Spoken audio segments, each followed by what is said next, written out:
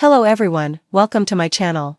I hope everyone is having a wonderful day. Before starting the video, please go ahead and hit the subscribe button and give this video a like up. Nikki and Victor confront Kane, and Sharon panics in a locked room with Nick. Tuesday, July 22nd, 2025. Today on The Young and the Restless, Kyle goes on the rampage. Nikki and Victor both confront Kane, and Michael and Lauren wonder about Kane's real agenda. Audra runs into Victor in the train car and says she's looking for Chance for an update on Damien's death. He stops her from running off and asks about her progress with Kyle Abbott. Victor invites Audra to sit. She says she and Kyle sold Kane on the perfume battle idea, but now that Damien's been murdered, there are other things on his mind. Victor reminds her she was supposed to seduce Kyle Abbott. She says there is conflict, but underneath there are sparks. She warns that Kyle thinks he has the upper hand right now, but Victor should trust her that everything is going according to her plan. Victor reminds Audra she has a golden opportunity, being stranded there with Kyle. Michael comes in and has a pressing matter to discuss with Victor. The mustache warns Audra she has until tonight to meet her end of the bargain, or all bets are off. She skedaddles and Michael tells Victor something has happened that takes precedence over their personal situation. Michael tells Victor that Kane has placed Nick and Sharon under house arrest. It's brazen and likely illegal. Carter and an armed security guard escorted them off the train and locked them up somewhere. Victor can't get over Kane's audacity and asks if Chance knows about this. Michael doesn't think so. Victor says, "This ends now. The son of a bitch is working outside the bounds of the law. So will I." He stalks off and Michael sighs, "That's what concerns me." Jack and Diane question Kyle in the maze. Kyle comes upon his parents and asks if they've seen Victor. They haven't, but they just saw Nick and Sharon being led to the chateau by Kane's assistant, Carter, and another man that looked like security. They're concerned because it appeared they're being detained against their will. Jack complains about the mysteries just piling up in this place. Kyle wonders if the detainment has something to do with the murder. He knows some people suspect Kane. Jack rants that, as usual, the details are being kept from them. Kyle tells his parents that Audra finally revealed her true hand. This whole business scam was a trap set up for him. He dropped the hammer and now has to ensure she never recovers. Diane and Jack want to know how Audra showed her hand. Kyle says the perfume battle was an excuse to get him there and get close to him. He believes she made a deal with Victor to seduce him and get him to betray the deal he made with Claire's grandfather. Diane's not surprised and asks if she came on to him. Kyle says, pretty much. He insists he didn't fall for it and complains that she used Damien's murder to play up the emotion. Diane wonders why she'd risk her relationship with Nate. Kyle says, because she's vile. Jack wants to know the specific details of his contract with Victor. Kyle reminds them he's obsessed with his relationship with Claire. Jack rants about Kyle making a deal with the devil. Kyle says they would have tried to stop him. He knew the risk he was taking. Victor wouldn't let up and Claire was distraught. Diane asks, what was the offer you made him? Kyle tells her he told Victor if he ever hurt or betrayed Claire, he'd pay him $5 million and leave Genoa City. Diane and Jack are dismayed. Kyle says he loves Claire and would never hurt her. He has to find Victor and tell him Audra failed miserably. Jack warns that now is not the time to confront Victor. Kane thinks Nick tried to kill him and Damien was caught in the line of fire. Victor will be furious when he realizes that Kane took his son. Steer clear of Victor for now. Kane confronted Nikki finds Kane in the dining area of the maze and lays into him for detaining her son and Sharon. Kane explains that he was advised to do this by his attorney. Amanda is protecting her client. Nikki fumes, my son is not a threat to you. Kane says the evidence suggests otherwise. Nikki asks if Chance signed off on this. He doesn't have the authority to detain people against their will. Kane insists he just wants to get to the bottom of this. Nothing will happen to Nick and Sharon, who are safe in a place where Nick can't harm him. Nikki fumes that her son is not a threat to Kane, who points out her son has threatened him in public on multiple occasions. She argues he's just frustrated like the rest of them. He argues that the murder weapon was found in Nick's bathroom. Nikki says somebody is setting him up. If her son tried to kill him, he wouldn't be stupid enough to find the murder weapon in his own bathroom. She warns that he can come for her company, but when he goes after her children, he'd better be prepared to deal with her. Kane says he'll release Nick and Sharon when Chance can prove someone else is culpable. They argue over whether or not Nick was set up. Nikki thinks Kane might be framing him. Kane says Nick despises him. Nikki argues that doesn't mean he tried to kill him. She warns her patience is wearing very thin. He lured them there, he's kept them isolated from the outside world. She has a daughter at home that needs her, and now he's taken her son. What has happened to you? How did you become so ruthless and evil? You truly have become your father's son. Locked up in a basement room at the chateau, Nick and Sharon argue with Carter. Sharon tells him she shouldn't be held there, she didn't do anything. Carter tells them there's a delicious dinner planned and locks them in the room as they protest, listening at the door. Nick doesn't hear anyone out there. Sharon flashes to being locked in the mental facility and pounding on the door to get out. She begins to get agitated. Nick asks her what's wrong. Is this reminding you of the clinic? Sharon confirms it's very similar. Nick reminds her that people know they're there. Jack and Diane saw them being led away. Chance would never sign off on this, and when Victor finds out, he'll lose his mind.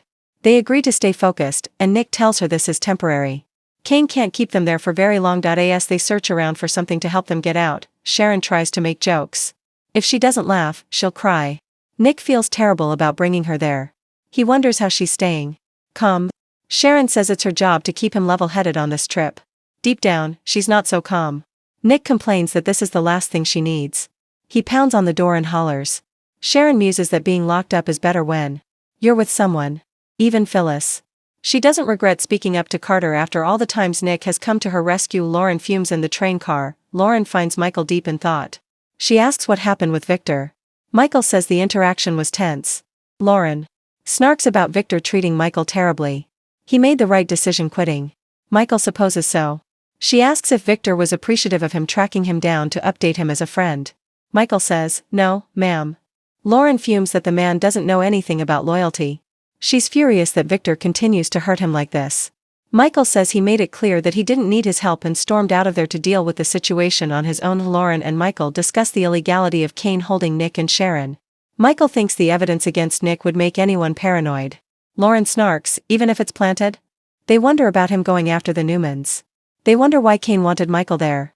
The lawyer guesses he'll want legal advice. He wanted Chance there because he thought someone would make an attempt on his life. He has to wonder if the house arrest is a tactic with some other goal in mind. Michael tells his wife that Nick's detention could really be about Kane being worried for his life. It's not likely though. Damien's murder likely has to do with Lily. Kane wants Chancellor, and locking Nick up is a bargaining chip. Lauren can't understand Kane wanting Chancellor so badly when he already has an empire. Michael thinks it's because Kane was very close with Jill. Before Colin died, he supposedly reconciled with his daughter. Colin could have learned secrets about Chancellor from Jill and passed it on before he died. Lauren asks why no one else would know about it. Michael says it may have fallen under the radar. She asks what he thinks the secret might be. Michael isn't sure, but there has to be more to this situation. Why else would Kane be fixated on getting this one company? Lauren warns that Nikki is riled up. God help Kane if she gets to him before Victor. She asks if Michael thinks Victor will get through to him. Michael doubts it, especially if this is part of a bigger plan. Lauren asks if there's anything Michael can do to get Nick and Sharon released. Michael's hands are tied until the police or a judge intervene. Kane is the king of his domain and can do whatever he wants. Victor finds Kane in the maze. Kane tells Nikki to leave his father out of it. Nikki grits, "When you come for my family, everything is fair game." Kane's not playing a game. She argues that they're playing a life-size board game. Kane insists he's not a monster. He feels terrible about Damien's death and didn't plan for any of this to happen. Nikki rants that he only values what he can get out of other people. She asks what he wants in exchange for her son's freedom. "What's your price?" Victor appears and bellows at Kane that his game is over. He'll release his son and Sharon immediately. Kane asks him he made a grave mistake going after his family. Kane begins to speak and Victor bellows, "My son did not commit that murder and you damn well know it. He's using him and his lady friend, Sharon, as a bargaining chip to come after Chancellor. Look me in the eye and tell me that isn't true." Kane complains about them thinking the worst of him. His only priority is wanting to stay alive. Victor intones, "You killed a man and you're blaming my son. He wouldn't come after you. You know that. You release him or else there will be hell to pay." Suddenly, Carter appears and barks, "Sir." He whispers something in Kane's ear. Kane says something came up and walks off, with Carter behind him. Nikki gawps, "What?" Victor tells his wife he has an idea. "Wait here." Nikki tells Victor to be careful as he stalks off into the maze. Sharon struggles still in the locked room. Nick reminds Sharon this isn't the first time they've been trapped together. They joke about it being the first time they've been locked up in France. She can't understand why Kane would think Nick would want to kill him. Nick admits he hasn't exactly been cool since they got there. They were never best buds, but he came to his bachelor party once. Sharon wonders, what is all of this, really? Is he messing with their minds? Nick doesn't know what Kane's agenda is. Sharon wonders if his father's death and becoming wealthy pushed him over the edge. They're sure Kane has a master plan and debate whether it's to do with just business or also getting Lily back. Sharon wonders if he's holding them as leverage. Nick thinks it's all connected. If he saw him as a threat, he could have sent him home. This could be divide and conquer, like him buying up the real estate in Genoa City while they're all there. Nick will get them out even if it takes force.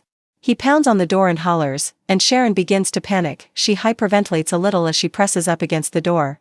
Nick tries to calm her and talk her down by talking about the double-decker bus in London. Sharon tells him she's trapped again, and this time he's in danger too. He promises nothing will happen to either of them and hugs her. Kyle's wrath, still in the maze, Kyle rants at his parents about Victor discounting Claire's feelings. To make a point, he's just as furious with the mustache about that as Victor will be about Nick being locked up. Diane and Jack are frantically trying to talk their son down, and warning about Victor's wrath, when Carter suddenly walks past. Behind him is Victor. Kyle snarls, "Hey Victor. Do you have a moment to talk?" Victor says, "Not for you." Jack says, "I understand Nick and Sharon were taken away." Victor ignores them and keeps walking right past. Kyle wants to go after him, but Jack warns his son to stay away from Victor, for his own good.